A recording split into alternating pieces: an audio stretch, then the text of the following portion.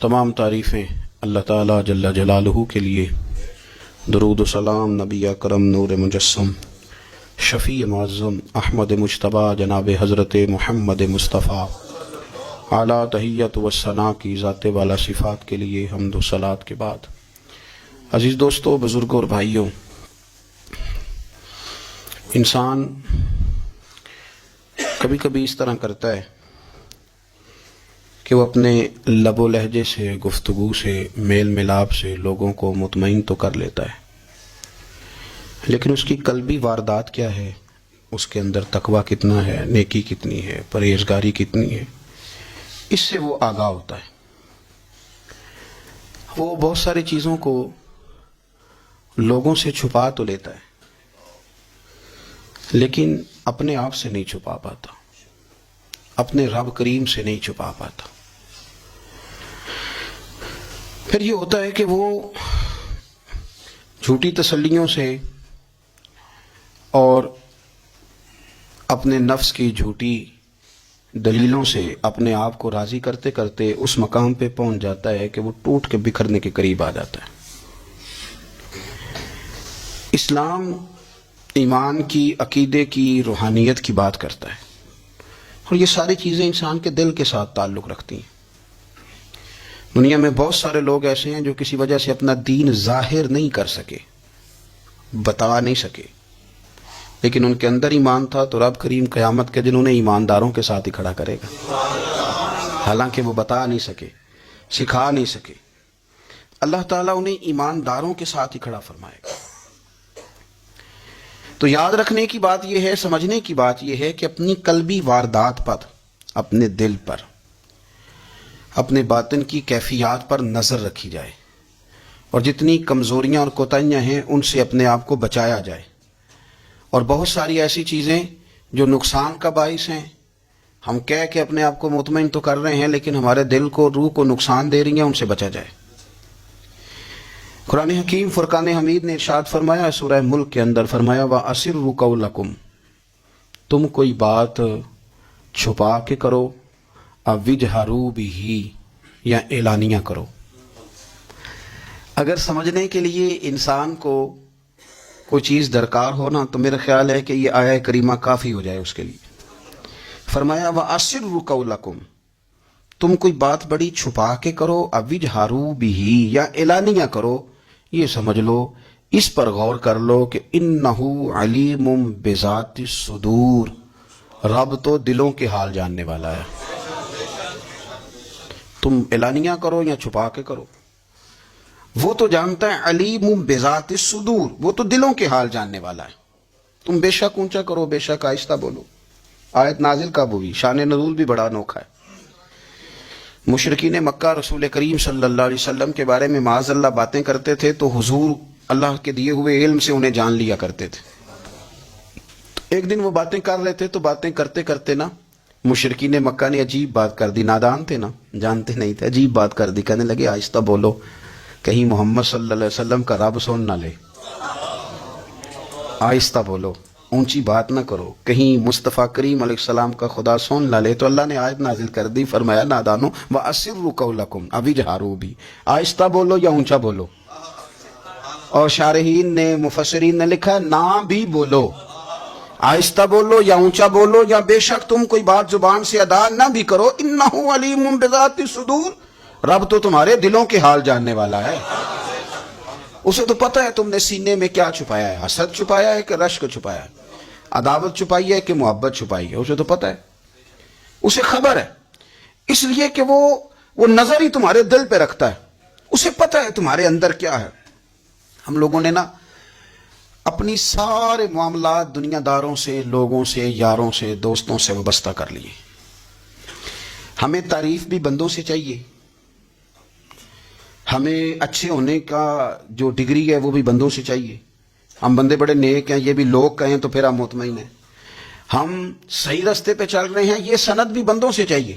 ہر بات پر اعتماد خلق، ہر وقت لوگوں پر ہی دھیان، لوگوں پر ہی توجہ، لوگوں کے معاملات ہی ڈسکس کرنا، بھئی یہ تو تیرے ذمہ ہی نہیں، تجھے تو کہا گیا ہے کہ وَمَن يَتَوَكَّلْ عَلَى اللَّهِ، تو اپنے رب کی ذات پر بھروسہ کر، فَهُوَ حَسْبُهُ، وہ تیرے لیے دنیا میں بھی کافی ہو جائے گا, آخرت میں بھی کافی ہو جائے گا.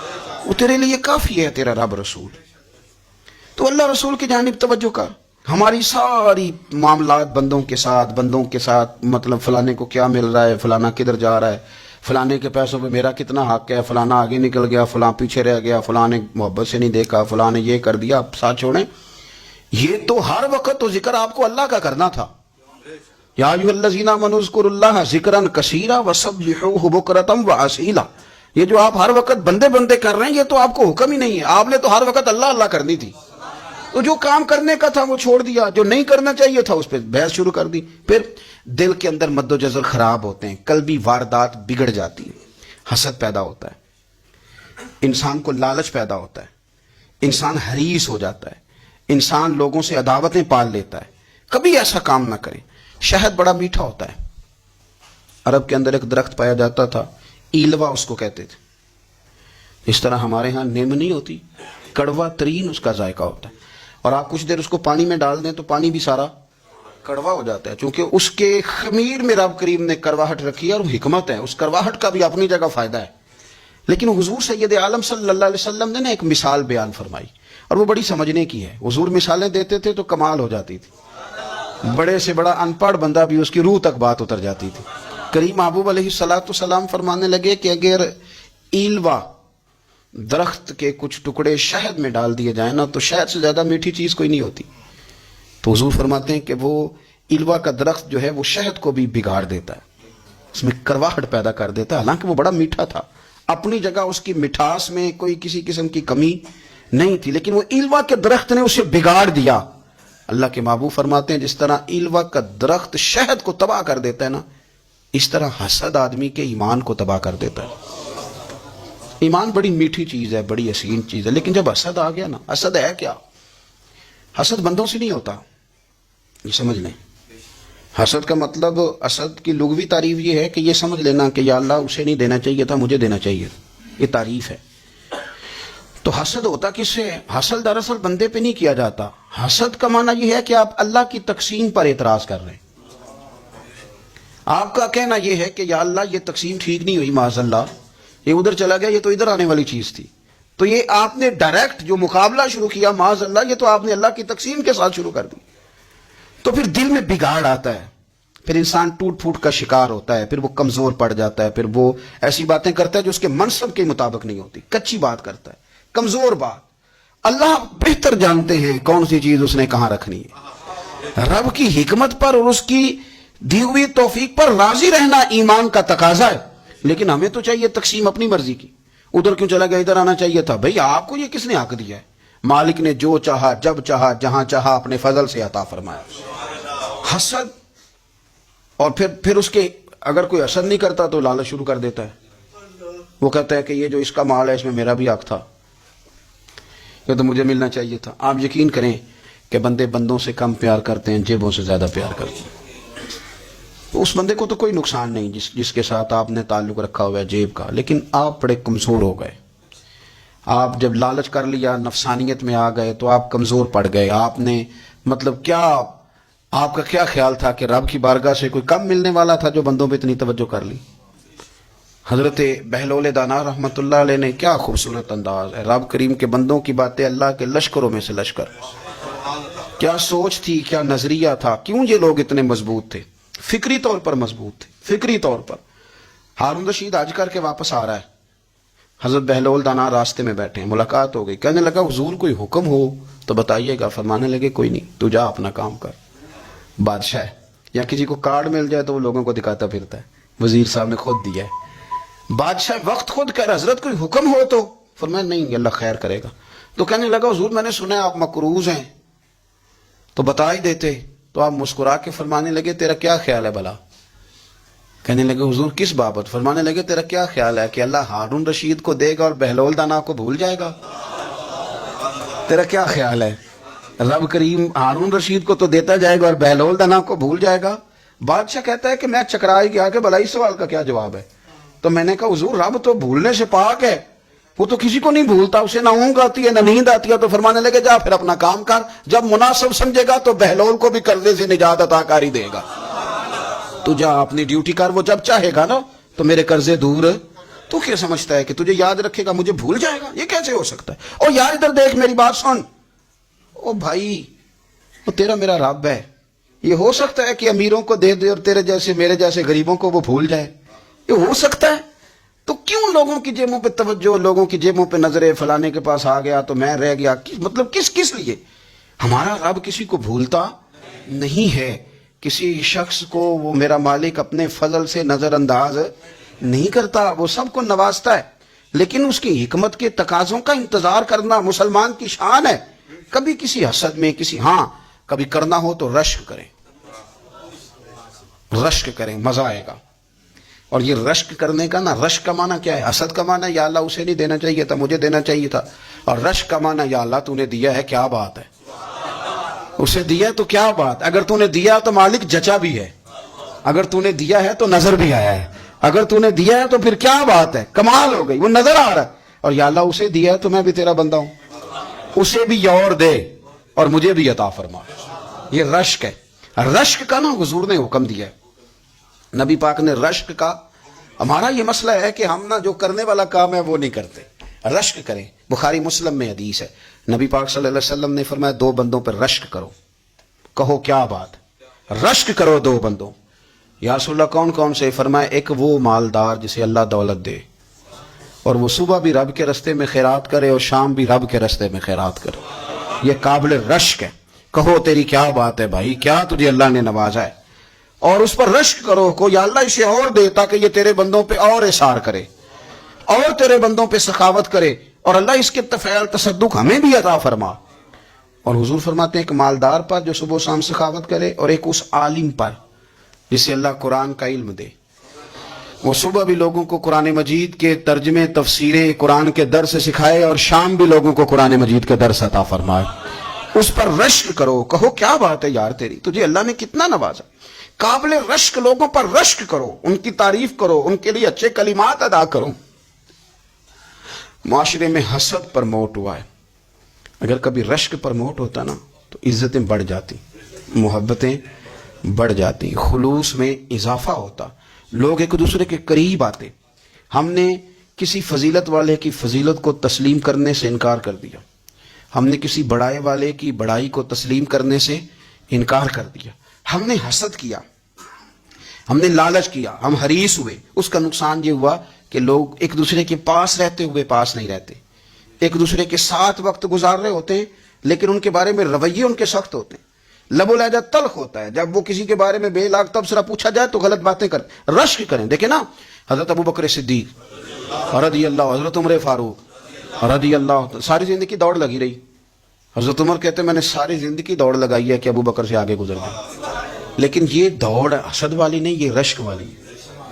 فرماتے میرا دل کرتا تھا کہ میں نیکیوں میں ابو بکر سے آگے گزر جاؤں, حضور کے عشق میں ابو بکر سے آگے گزر جاؤں, نبی پاک علیہ السلام کی اولاد کی محبت میں ابو بکر سے آگے گزر جاؤں, میں خیر کے کاموں میں آگے گزروں. کہتے میرا ساری زندگی رشک کا رشتہ رہا. یہ رشتہ شاندار ہے, اس پر عمل کریں, اس پر توجہ کریں, بجائے اس کے کہ یہ کہنا کہ استاد جی کا فلانے سے زیادہ پیار ہے. پیار کی وجوہات تلاش کر. مرشد فلانے پہ نظر رکھتے ہیں تو میرے بھائی وہ نوٹوں کی وجہ سے نظر نہیں رکھتے, تو وجہ تو تلاش کرنا, وجہ کیا ہے. تو اپنے آپ کو اس طرح کا بنا, تو اس طرح کی کیفیات پیدا کر اپنے اندر. ہم کیا کرتے ہیں کہ رشک کرنے کی بجائے حسد کرتے ہیں. حسد نہیں کریں, اپنے آپ کو سنواریں, وہ رشک کی وجہ سے آپ سنوار سکتے ہیں. نبی پاک علیہ السلام کی پیاری زوجہ ام المومنین سیدہ عائشہ صدیقہ, بڑی شان ہے اس خاتون کی, بڑی عظمت ہے ان راہوں کے صدقے جن رستوں سے سیدہ پاک کی سواریاں گزرا کرتی. کیا درجہ اللہ نے دیا ہے سیدہ عائشہ صدیقہ کو. کہتی ہیں حضور کا وصال میری گود میں ہوا ہے. اور مولا علی شیر خدا فرماتے ہیں میں نے حضور کو سب سے زیادہ عائشہ صدیقہ سے پیار کرتے ہوئے دیکھا. اور عائشہ صدیقہ رضی اللہ تعالیٰ عنہ فرماتی ہیں میں نے حضور کو سب سے زیادہ فاطمہ الزہرا سے پیار کرتے تھے. یہ الگ ماحول ہے ان کا آپس میں. تو حضرت عائشہ صدیقہ اتنا بڑا مقام, لیکن وہ فرماتی ہیں میں نے ساری زندگی سیدہ خدیجہ الکبریٰ پہ رشک کیا. میں نے کہا کیا بات تھی اس خاتون کی جو وصال کر گئیں, لیکن شاید کو دن خالی جاتا ہو کہ مدینے والے ان کی وفاؤں کا ذکر نہ کرتے, شاید کوئی خالی دن جاتا. کہتی ہے میں نے اتنا قابل رشک ماحول نہیں دیکھا ایک دن حضور گھر میں گوشت لائے اور مجھ سے فرمایا عائشہ گوشت پکاؤ، تو میں اسے صاف کرنے لگی تو حضور فرمانے لگے شوربہ ذرا زیادہ کرنا. تو میں نے اس کی حضور کیا کچھ مہمان آئیں گے گھر میں؟ تو فرمایا نہیں عائشہ، مدینہ منورہ میں نا مجھے پتا چلا ہے خدیجہ الکبریٰ کی کچھ سہیلیاں آئی ہیں، تو شوربہ بنا، میں انہیں پہنچاؤں گا، خدیجہ کی سہیلیوں کو شوربہ زیادہ پکا ذرا. تو حضرت عائشہ صدیقہ کہتی ہے میں نے بڑے نرم لب و لہجے میں بڑی بنا سوار کے مسجع مکفہ چن کے جملے بات کی. میں نے عرض کی حضور سنا ہے وہ آپ سے 15 سال عمر میں بڑی تھی، نکاح بھی پہلے ہو چکا تھا، اور بتاتے ہیں لوگ کہ بظاہر کوئی حسن و جمال بھی اس ماحول کا نہیں تھا. حضور اللہ نے آپ کو جوان اور خوبصورت بیویاں دی ہیں، پر میں جب بھی سنتی ہوں جناب خدیجہ کا ذکر ہی سنتی ہوں. میں نے رشک کے انداز میں کہا. کہتی میں بات کہہ کے خاموش ہو گئی، اور جب میں نے نظر اٹھا کے دیکھا تو حضور کی آنکھوں میں آنسو.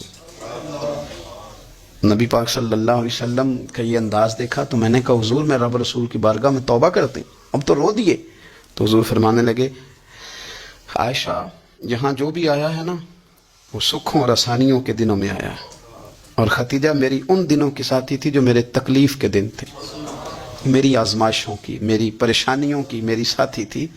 جب لوگ مجھے تکلیف دیتے تھے میں گھر جاتا تھا تو مجھے کہتی تھی حضور آپ تو صلہ رحمی کرتے ہیں، غریبوں کا بوجھ اٹھاتے ہیں، آپ تو لوگوں کے ساتھ محبت سے پیش آتے ہیں، حضور آپ پریشان نہ ہو، آپ کا رب آپ کو ہمیشہ عزت ہی عطا فرمائے گا. فرمایا وہ میری تکلیفوں کی اسے کیسے، میرے بھائی رشک کیا لوگوں نے ایک دوسرے پر، حسد نہیں کیا. ہم تو نا جی اپنی مرضی کے فیصلے کرتے کرتے پیچھے رہ گئے. ہم نے لوگوں کو پیچھے کرنے کا سوچا تھا لیکن ہم سب سے پیچھے رہ گئے. ہم نے سیاست اور سازش کی تھی کہ کچھ لوگوں کے دلوں پہ پیر رکھ کے میں اپنا قد اونچا کروں گا، کچھ کے سینوں پہ پیر رکھ کے، لیکن ایسا نہیں ہوتا، یہ ہوتا نہیں. آپ کسی کی جگہ نہیں لے سکتے اس لیے کہ رب نے سب کی جگہ اپنی اپنی بنائی ہوئی، سب کی جگہ. ہاں ایسا ضرور ہوتا ہے کہ کئی دفعہ نا ہم اپنے مقام کو گرا لیتے ہیں. وہ کسی نے کہا تھا کہ ایسا نہیں کہ تیری جگہ کوئی اور آ گیا، لیکن تیرا مقام بھی اب تیرا نہیں رہا. ہوتا یہ ہے کہ ہم نہ گرا لیتے ہیں اپنے آپ کو. اگر ہم رشک کا ماحول پیدا کریں، رشک کا، اور ہم کہیں کہ کیا بات ہے میں بھی سفر کروں گا، اس جانب جاؤں گا، بجائے یہ کہنا کہ فلاں آدمی بڑا آگے نکل گیا ہے، یہ کر کے نکل گیا ہے، وہ کر کے نکل گیا ہے، یہ کہنا کہ یار میں بھی رب کریم کی اس مدد کو تلاش کرتا ہوں جس کی برکت سے اللہ نے اس پر فضل فرمایا. امام غزالی فرماتے ہیں 3 لوگوں میں حسد زیادہ ہوتا ہے، بغض زیادہ پیدا کر لیتے ہیں. اب چونکہ مضمون ہے تو ساری بات کھول کے ہی کرنی پڑے گی نا. فرماتے ہیں 3 لوگوں میں حسد، بڑے عہدے والوں میں حسد زیادہ ہوتا ہے. یعنی صوبائی وزیر کہتا ہے کہ حق میرا ویسے وفاقی وزیر کا تھا، اور وفاقی وزیر کہتا ہے کہ جتنا میرا تجربہ ہے نا مجھے بنایا وزیر اعظم ہی جاتا تو بات ٹھیک تھی. حسد زیادہ، بڑے عہدوں والوں میں حسد. اور امام غزالی فرماتے ہیں مالداروں میں حسد زیادہ ہوتا ہے. غریب نے غریب سے کیا جلنا ہے، جلنے کو شے کوئی نہیں، کس سے جلیں گے. تو غریب تو بیچارہ 4 روٹیاں ہوتی ہیں تو کہتا ہے چلو ٹھیک ہے آ جاؤ، دونوں مل کے بیٹھ جاتے ہیں. غریبوں کے دوست بھی غریب. امیر حسد کرتے ہیں، وہ سودے پہ سودا کرتے ہیں، وہ ایک دوسرے کی کمزوریاں بیان کرتے ہیں. میں نے گاہکوں کو نفع لیتے دیکھا ہے، فلانے سے مال لیتے تھے جی اس نے بڑا تنگ کیا تو کہتا ہے اسی طرح کا تو مجھ سے خریدا کر. لوگ استعمال کر جاتے ہیں. وجہ بیچ میں کیا ہوتی ہے؟ حسد، عداوت، خرابی ہوتی. اور تیسری بات امام غزالی نے شاید میرے لیے کہی ہے. امام غزالی فرماتے ہیں علماء میں حسد بڑا ہوتا ہے، عہدیداروں میں، مالداروں میں اور علم والے لوگوں میں. وہ بھی اللہ کی تقسیم پر راضی نہیں ہوتے، چونکہ وہ سمجھتے ہیں مجھے یہ لفظ آتے ہیں، میری قابلیت زیادہ ہے، میں زیادہ پڑھا لکھا ہوں تو یہ منصب بھی میرا تھا، یہ کام بھی میرا تھا، یہ بھی میرے پاس ہونی چاہیے. ایسا نہیں ہوتا، یہ تو رب کریم کی عطا ہے. میں کئی دفعہ کہہ چکا ہوں کہ کام لینے پہ آئے تو میرے جیسے بیکار آدمی سے کام لے لے، یہ اس کی عطا ہے. اب ہمیں کرنا کیا ہے؟ ہمیں اس کی تقسیم پر راضی رہنا ہے، اس کی تقسیم پر قربان جائیں. رسول پاک علیہ السلام سے صحابی نے پوچھا حضور عزت کیا ہے؟ فرمایا جو رب نے تجھے دیا اس پہ راضی ہو جا، اللہ عزت عطا کر دے گا. قناعت کر، جو اللہ نے تجھے دیا اس پر قناعت کر، اللہ تجھے عزت دے دے گا. حضور ذلت کیا ہے؟ فرمایا لوگوں سے لالچ نہ رکھنا، تو ذلیل ہو جائے گا. لالچ نہ کر. تیزی کے ساتھ پروموٹ ہوتی ہیں چیزیں، ہمیں سازش کرنی آتی ہے. ہمارا خیال ہوتا ہے کہ میں نے دوسروں کے پیسوں پہ کاروبار کرنا ہے، ہمارا خیال ہوتا ہے کہ پالٹی ڈال کے روٹی کھانی ہے، ہمارا خیال ہوتا ہے کہ کسی بندے کو کس طرح استعمال کرنا ہے. یاد رکھ لینا، کبھی بات نہ بھولنا، جو لوگوں کو استعمال کرنا چاہتا ہے وہ ساری زندگی استعمال ہوتا رہتا ہے. جو کسی شخص کو کسی مقام پر رسوا کرنا چاہتا ہے اپنی عزت بچا نہیں پاتا. جو آدمی لوگوں کو حقیر جانتا ہے اللہ اسے کبھی عزتیں عطا نہیں کرتا, وہ گڑھوں کے اندر گرتا چلا جاتا ہے. یاد رکھیں جو عزتیں دینی شروع کر دے رب اسے باعزت بنا دیتا ہے. جو پیار کرنا شروع کر دے معاشرے میں لوگ اس سے پیار کرنے لگ جاتے. جو کسی دیکھیں اگر ہم وہاں سے مانگے جہاں سے سب کو ملتا ہے تو پھر بندوں پر اتنی نظر رکھنے کی ضرورت باقی رہتی نہیں ہے. ادھر دیکھیں رشک کریں گے تو لالچ سے بھی بچیں گے, حسد سے بھی بچیں گے. بخاری مسلم میں حدیث ہے, حضرت ابو ہریرہ رضی اللہ تعالیٰ عنہ کہتے ہیں حضور کی بارگاہ میں حاضر تھے تو کچھ غریب لوگ حاضر ہوئے, غربا. انہوں نے عرض کی یا رسول اللہ صلی اللہ علیہ وسلم ایک گزارش کرنے آئے. حضور نے فرمایا کہو. کہا یا رسول اللہ امیر تو ہم سے آگے نکل گئے. حضور نے فرمایا کس بات میں؟ عرض کی حضور نمازوں میں نہیں ہم گزرنے دیتے, اتنے نفل وہ پڑھتے ہیں اتنے ہم بھی پڑھ لیں گے. صحیح بتانا صحیح. آج کل یہ نمازوں کا مقابلہ بھی ہے کہ نفل میں نے زیادہ پڑھنے, عبادت میں نے. ہمارے صاحب رحمۃ اللہ علیہ فرمایا کرتے تھے آستانوں پہ گدی نشینوں کا تو رولا ہوتا ہے, اللہ اللہ کرنے کا رولا نہیں ہوتا. یہ تو شور ہوتا ہے کہ سجادہ میں ہوں سجادہ, اور سب نے کوئی نہ کوئی کہانی سنائی ہوتی. کہتے نہیں ابا جی مجھے کہہ گئے تھے کان میں. دوسرا کہتا نہیں مجھے لکھ کے دے گئے تھے. تیسرا کہتا تمہیں تو پتہ ہی نہیں, تم تھے ہی نہیں, عمرے پہ تو میرے ساتھ گئے تھے. جو میرے ساتھ ان کا معاہدہ ہوا وہ خانہ کعبہ میں ہوا ہے, لہذا میرا پہلا نمبر ہے. سب کے پاس کوئی نہ کوئی معاملہ ہوتا ہے. یہ سارے کام کوئی ضروری نہیں. ضروری کیا ہے کہ وہ جو کہتے تھے کرو, جس نے سب سے زیادہ کر کے دکھایا وہ زیادہ جانشین ہے. وہ زیادہ جانشین ہے جس نے زیادہ کر کے دکھایا. معاملہ تو یہ ہے کہ اس رستے پہ کس کس نے چلنا ہے. لوگ تو سجادہ نشینی سے بھاگا کرتے تھے, بھاگتے تھے. حضرت ابو بکر صدیق رضی اللہ تعالیٰ عنہ کا وصال ظاہری ہوا تو حضرت عمر خلیفہ بنے. تیسرا دن تک خلیفہ بنے ہوئے. 2-3 چھوٹی چھوٹی بچیاں آ گئیں. چاچا جان آپ خلیفہ بنے؟ فرمایا ہاں. چلو پھر عصر کے بعد ابو بکر ہمارے گھر جاتے تھے. فرمایا پتر تمہارے گھر کیا ہے؟ کہنے لگی ہم یتیم ہیں, ہمارا بھائی کوئی نہیں. ابو بکر روز عصر کے بعد آتے تھے, ہماری بکریوں کا دودھ دھو کے ہمیں دے جاتے تھے. کچھ بیچ کے گزارا کر لیتی تھی, کچھ پی لیتی تھی. چچا 3 دن ہو گئے, میری اماں بھی روتی ہے, بہنیں بھی روتی, آپ چلیں گے؟ تو جناب سیدنا عمر فاروق کہتے ہیں میں نے دستار سر پہ رکھی اور پٹکا میں نے اپنے کندھے پہ رکھا, بیٹیاں آگے آگے میں پیچھے پیچھے روتے جا رہے. ایک صحابی نے پوچھا عمر کیوں رو رہے ہو؟ کہنے لگے یار یہ ابو بکر کتنا مشکل رستہ دے کے گیا, کتنا مشکل رستہ ہے اس کے طریقے پہ چلنا. یہ لوگ تو سجادہ نشینی اتنا کٹھن کام تھا, لوگ بھاگا کرتے تھے. شوق آ گیا. اب رسول کریم علیہ السلام کے حضور ناز حاضر ہو کے عرض کی حضور امیر آگے گزر گئے, نمازوں میں نہیں ہم گزرنے دیتے, ہم ان سے زیادہ پڑھیں گے. نفلوں میں نہیں گزرنے دیتے, زیادہ پڑھیں گے. یا رسول اللہ صلی اللہ تعالی علیہ وسلم ہم انہیں نا تلاوت قرآن پاک میں نہیں آگے گزرنے دیں گے, وہ ہم زیادہ پڑھیں گے. لیکن حضور وہ مالدار ہیں, غلام آزاد کرتے ہیں, صدقات کرتے ہیں, خیرات, اس کا ہم کیا کریں؟ حضرت سیدنا ابو ہریرہ فرماتے ہیں کہ جواب تو حضور نے بعد میں دینا تھا, پر جب ان کا سوال ختم ہوا تو میں نے حضور کا چہرہ نور دیکھا تو رسول پاک کا چہرہ خوشی سے کھلتا ہوا مجھے نظر آیا. گویا یہ جو رشک ہے نا کہ نیکی میں آگے گزرنا, یہ حضور کو اتنا پسند آیا کہ ان کے سوال سے حضور بڑے راضی ہوئے. کریم فرمانے لگے, حضور فرمانے لگے میں تمہیں ایک وظیفہ بتاتا ہوں, تم وہ پڑھو, امیر جتنی بھی نیکیاں کریں گے نا اللہ تمہیں ان کے برابر ثواب دے دے گا. لے لو نسخہ, یہ کرو کام. یا رسول اللہ بتائیں. فرمایا رات کو نا 33 بار سبحان اللہ پڑھا کرو, 33 بار الحمدللہ پڑھا کرو, 34 بار اللہ اکبر پڑھا کرو. اب جتنی بھی نیکیاں امیر کریں گے نا تمہارے وظیفے کی برکت سے اللہ تمہیں ان کے برابر ثواب عطا کر دے.